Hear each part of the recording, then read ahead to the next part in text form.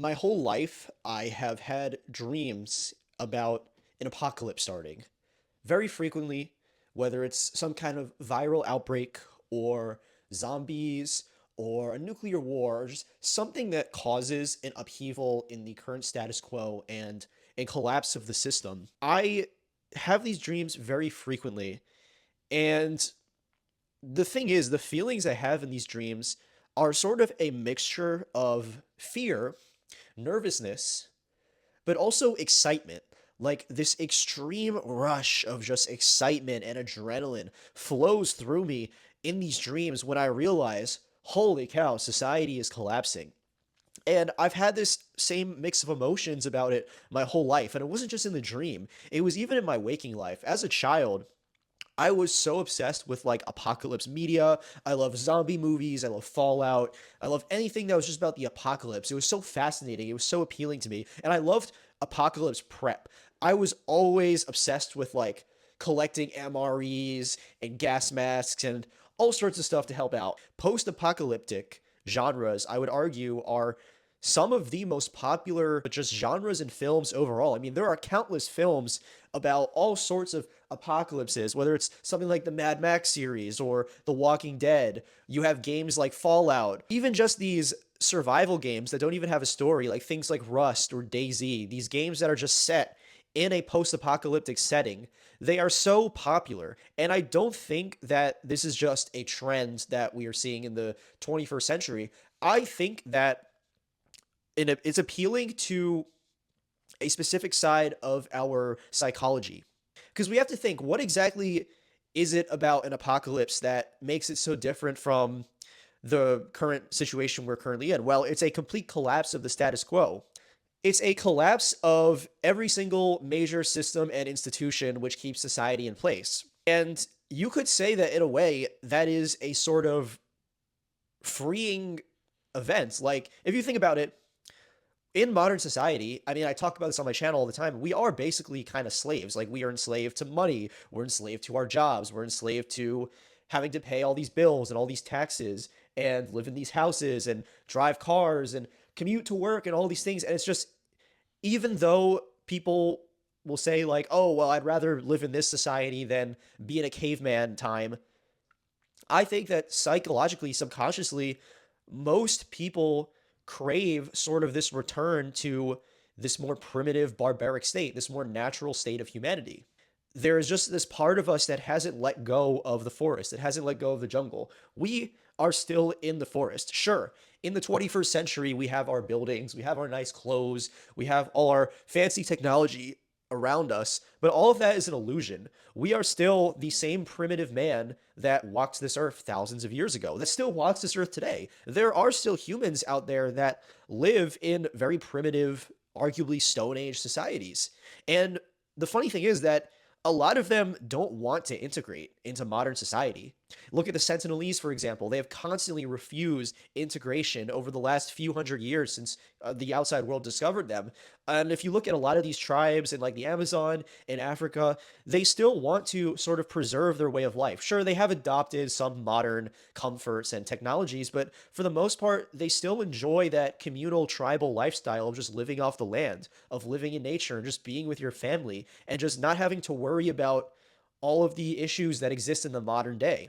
And I think that's what all of us really want deep down. We want an opportunity for some kind of event, some kind of collapse, something so that we don't have to worry about waking up for our 9 to 5 the next day. I think most of us, especially men, we fantasize about the day that we can just wake up and the whole world as we know it is gone, and we can just grab our gun, grab our MREs, grab our buddies and our dog and maybe our family and just hop in the truck and just run out into the woods. I think that really is like the ultimate male fantasy that we all crave. And that's why things like homesteading is so popular. It's why survival prep is so popular. It's because it is just this fundamental desire that we all have. We yearn to be free.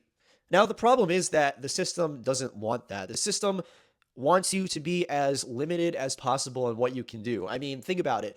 You can't even hunt a bird in a park. You can't go out and just shoot a bird to eat. You would get fined. And look, I understand that there are reasons as to why that is because they need to prevent overhunting, but it's really crazy that You could be the most law-abiding citizen. You could be doing everything by the book. But let's say you catch and keep a fish that's a few inches under the size limit. Suddenly you're a criminal. And that's so like awful. It's like we really are being conditioned to rely on getting our food from a supermarket, from an ulterior source. We get our animals butchered by a third party. Very few people have actually ever killed and ate an animal. The government also hates homesteading. It's really hard to homestead. It's really hard to buy land. Like all the land is getting bought up by corporations, and any of the land that's still available is in the hundreds of thousands or millions price range for anything of decent size. And even then, if you buy this land, you still have to deal with HOAs, with housing regulations. It's not like 200 years ago where you could just walk into a middle patch of the woods and just build a log cabin and nobody's going to bother you. I mean, now there's so much paperwork you have to sign, so much you have to go through, so much you have to deal with. And even then, you can't just like put up a shed and live in it. No, they won't allow you to do that. If you try to just live in a shed on your own property in a lot of places, they will fine you. They'll arrest you. They'll say, oh, you need to live in a house is a safety violation, as if the government has ever cared about our safety. Now, a lot of people, especially in the truther and the prepper community, they really want World War III. And that desire for World War III is sort of a desire for the system to collapse. I mean, it's understandable why. Our system is just completely gone. It's like the inequality is terrible, the politics are terrible, everything is corrupted, everything is just anti-white propaganda, it's woke propaganda. I mean, our whole country, the whole world is being controlled by a small minority of people. And, it's pretty obvious why the only way that we could really get some kind of actual movement to gain some popularity is if there was some kind of collapse of the system. So there's also that fantasy as well. So a lot of people want World War III to happen for those two reasons. Now, personally, I think there's a good chance there's not going to be a World War III for that reason, because the elites know that should they start a war, that will be the end of the system. That will be the end of collecting taxes from people. That'll be the end of dictating what people are allowed to say and think and believe. They will lose their control of the system. Sure, maybe they would have fail-safes in place, but even then, should there be a global nuclear war, the ruling class would certainly lose a lot of its power, a lot of its influence over some of them, at least some of the masses. And that's why I think it's possible we're not going to see a World War III anytime soon. At least not until they feel like they have extracted everything they could from us.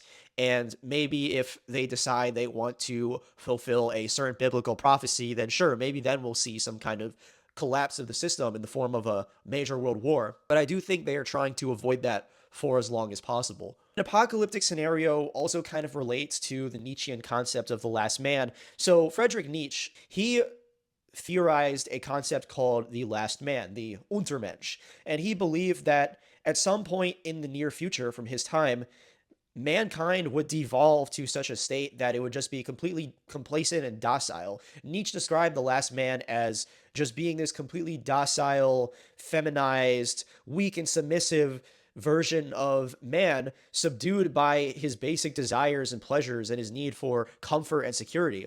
And an apocalypse is really the answer to that. An apocalypse is a return to a Darwinian state of being. The last man cannot survive in an apocalypse, and an apocalypse would bring about the Ubermensch, the Overman, the Superman, which would be man in his highest form. And that is what a collapse of the system will bring for humanity. And yes, millions, maybe billions of people will die in the process, but in the long term, it will give humanity a significant boost, a significant stat boost. The humans that can survive this kind of scenario, they will be stronger, they will be smarter, they will be more clever than what came before. I mean, they would have to be. You have to be like that to survive. Look, and I'm not going to say it's all just like fun and games if society collapses. Obviously, there would be a lot of problems. I'm not even going to say I would even survive. I mean, most of us probably wouldn't survive if it happened right now. I mean, I don't have the training, I don't have the skills. I wouldn't really know what to do if suddenly there was a nuclear war or the power grid shut down. Like, all I would know to do would be to just drive away into the woods. But even then, what would I do at that point? I don't know. Like, I would just have some guns, some MREs, maybe a couple friends, but realistically, I wouldn't know what to do. And I understand that most of humanity would die and suffer in this kind of scenario. And it's not like even just the beginning of the apocalypse will be bad. I mean, it's a whole new kind of lifestyle. I mean, sure, you're free, but now you are exposed to the elements. You are exposed to the threat of violence from other groups of humans. You are exposed to, maybe if you live in the woods, like dangerous wild animals. I mean, if you break your leg, if you suffer a serious injury, there's not going to be any hospitals to go to. There's not going to be any healthcare. I mean, you are relying on your own skills or the skills of those around you. So there are certainly downsides to it. I'm not denying that. Just from a purely Darwinian perspective, it is the best possible outcome for humanity at this current point. I mean, we have, especially in the West, domesticated ourselves to the point where we cannot function without modern technology. I mean, the average person can't even navigate to the nearest grocery store without using a GPS for guidance. I mean, people in the West are being currently replaced demographically. They are being priced out of housing, they're being priced out of the job market, and they're just witnessing the destruction of their society. Instead of doing anything, the average Westerner has become so domesticated that they would rather just choose a life of inaction and distract themselves through various forms of media, whether it's sports, pornography, or the endless flooding of all sorts of dopaminergic activities. And it's not just in the West, but really the entire world. I mean, the whole world, to some extent, has been affected by the technological system we are living in, other than maybe a handful of semi-isolated tribes. But even then, like I said, even these uncivilized tribes are beginning to adopt some level of modern technology, and it's only a matter of time before they too become integrated into the system and become auto-domesticated.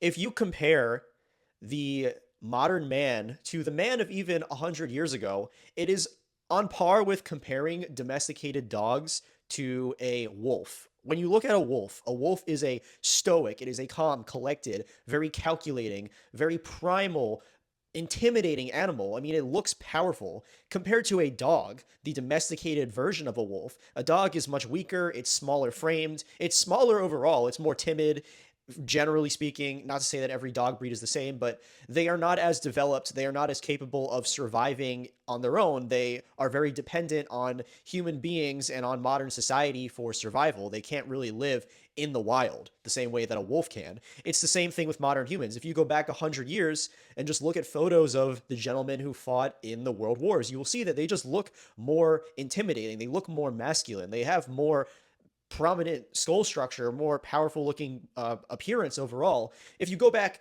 even further, like thousands of years ago, if you look at archaeological evidence, it shows that humans in the so-called Stone Age were far more developed than we were today. They had wider jaws, they had larger skull structure, they were on average taller in some places. This idea of people in the Stone Age being these ooga booga monkey cavemen running around smashing themselves on the head with a club is just a complete fabrication of Hollywood. In reality, the ancient man mogs the shit out of modern man.